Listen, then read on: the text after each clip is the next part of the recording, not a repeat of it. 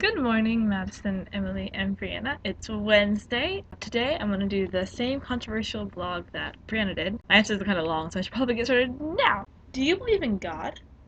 What religion are you? I'm not entirely certain right now, and that's about as honest as I can get. Right now, I'm in the process of learning about various religions. I really do want to believe, and I was raised a Christian, but I just need some more time to think about it. For now, I'm just working my way through it.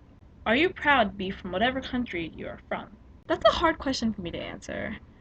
Yes, I am proud to be an American, but I do have issues with the way that things are in the United States.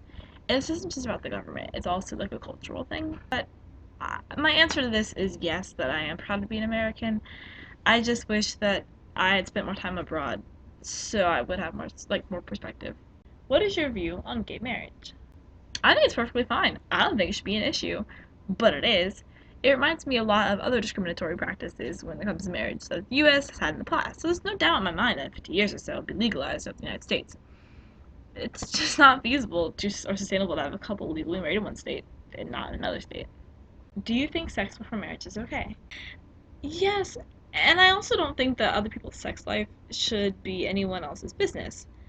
I mean, on the personal level and the governmental level. I mean, what people do in their private lives, you shouldn't be judging them. I mean, unless they're like cannibals or serial killers, it's completely inexcusable. What are your views on love? Do you think it's real? Of course, I think love is real, and I think we experience love multiple times through our lives because there are different types of love. There's like familial love and romantic love and friendly love, and I don't think we can just say like, oh, you only experience it once. I think you can experience romantic love multiple times.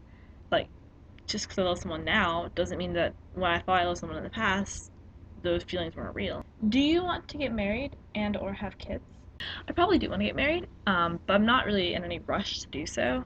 I've got a whole life to live, and if someone comes in my life I want to marry while I'm living my own life, that's fantastic. But what I'm trying to say is I'm not going to put my life on hold to look for someone to marry, and I wouldn't expect anyone else to do that either. Pro-life or pro-choice?